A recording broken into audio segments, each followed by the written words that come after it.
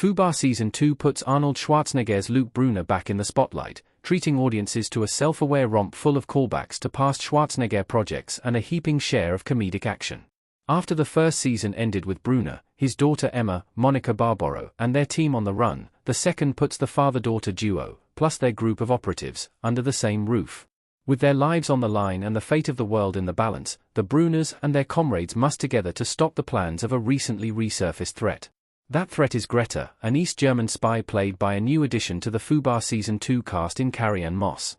Despite being an antagonist for the season, Greta is also an old flame of Luke's, ensuring that things will be more complicated than they seem. For help overcoming everything that comes their way, the Brunners can rely on the tech-savvy Barry, Milan Carter, CIA operative Rue Russell, Fortune famester, and Alden Reese, Travis Van Winkle. Screen Rant's Ash Crossan spoke with FUBAR Season 2 stars and cast members Arnold Schwarzenegger, Carrie-Anne Moss, recent debunking AI guest Travis Van Winkle, Fortune famester, and Milan Carter about their work on the season. Schwarzenegger and Moss shared their experience meeting for the first time during a dance sequence, and the rest of the cast teased their new dynamic for Season 2. Check out the full interviews by watching the videos below, or read on for highlights. Arnold Schwarzenegger and Carrie-Anne Moss reflect on their first scene together. It was the perfect way to get to know each other. In FUBAR Season 2, Luke Brunner and Greta are in a metaphorical dance, navigating the impact of their past relationship on their current and opposite objectives. It's fitting, then, that the first scene Arnold Schwarzenegger and Carrie-Anne Moss filmed together was a literal dance sequence. It was so much fun, Carrie-Anne Moss said. It was the perfect way to get to know each other, and we just jumped right into it, right into the training. We both believe, having coming from the action background, Arnold Schwarzenegger added, that the only way you can do this stuff really well is by doing representatives, but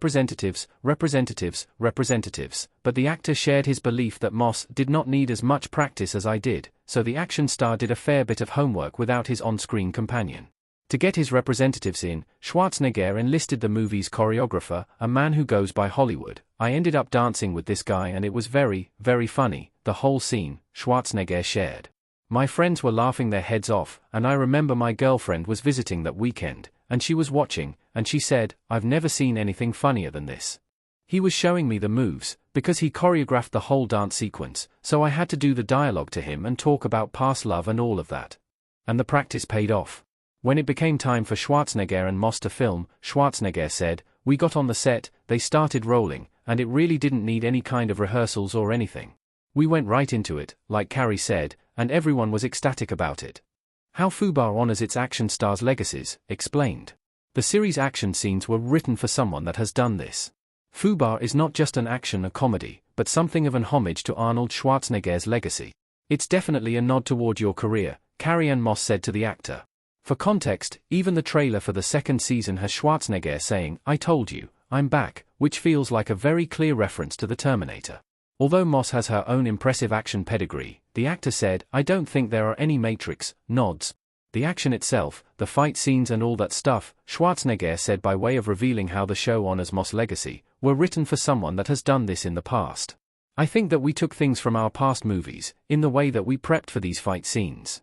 They did it smartly, because there were always, it was a dance sequence that was combined with an action sequence that was combined with all kinds of drama and violence and craziness. It was really well done, I think." FUBAR's cast explained Season 2's teammate-to-roommate dynamic. All in one house while trying to save the world. The team members in FUBAR Season 2 are tasked not only with saving the world, but also surviving day-to-day life as roommates. As Milan Carter put the situation, cabin fever is on 1,000. It was more fun for the actors than it was for the characters, though, as Fortune famester put it, "It was fun having us all together, though, from a filming perspective, to get to all be in one house and be ridiculous. That was great. In Season 1 we were kind of spread out," Travis Van Winkle added, saying, "You had the CIA, and then you had the family storyline. It's kind of all on top of each other this season. Now you've got all our problems all together," Carter said, "all in one house while trying to save the world. But you can't walk out your front door." Each of the CIA operatives deal with their new living situation differently in FUBAR Season 2, and Carter revealed how audiences can expect to see Barry get by Legos. "Legos is my jam. Barry goes all the way in with some Legos, so make sure you're tuned in to see what he builds."